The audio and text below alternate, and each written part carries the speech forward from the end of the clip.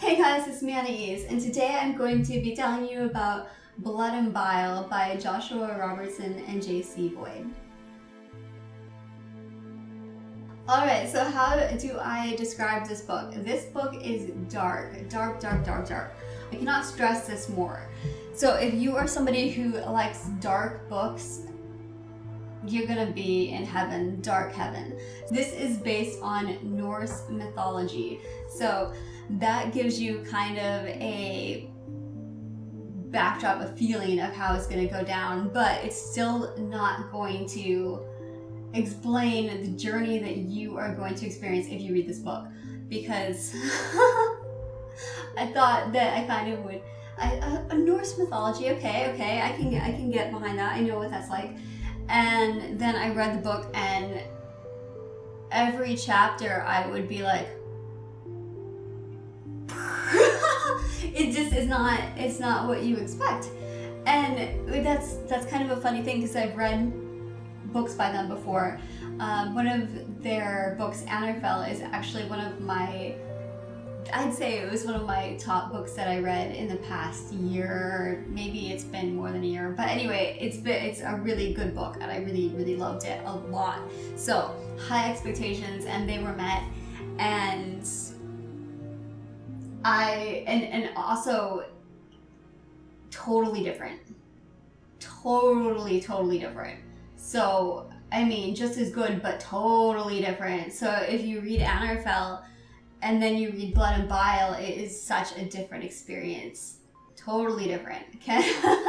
So, to get this out of the way, the book centers around this character who,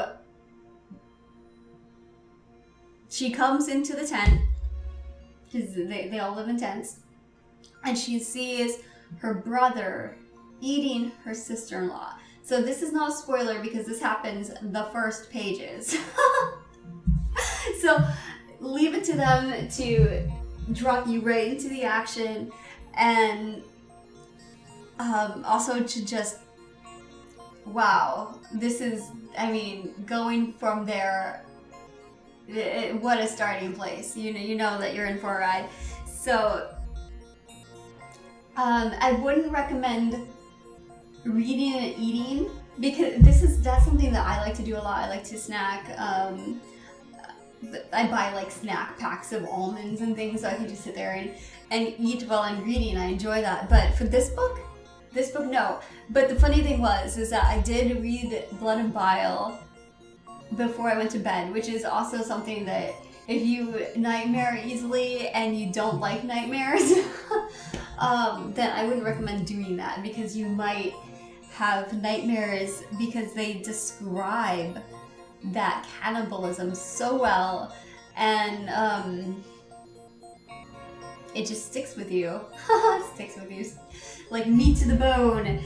Anyway, so it goes through, and you don't know who to root for, because you have this girl who's trying to save her brother, she saw him eat her sister-in-law, but she thinks it's a curse, so she wants to save him. She wants to save him so bad. And then you have a clansman who is like a leader of the clan, and he wants to get rid of this cannibal guy, because obviously he wants to protect the rest of the clan from this crazy cannibal.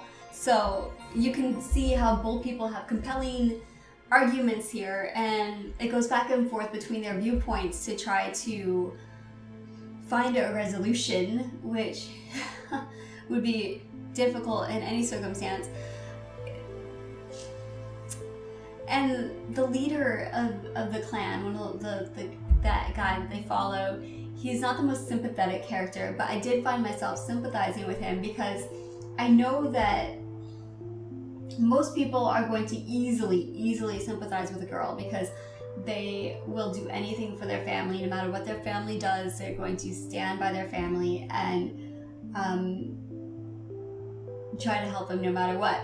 Whereas for me, I think that the second you see somebody murdering and eating a relative, that kind of is a deal breaker for me. So I didn't have a lot of sympathy for the girl, even though I think most people would, and I'm just not very sympathetic towards that kind of stuff.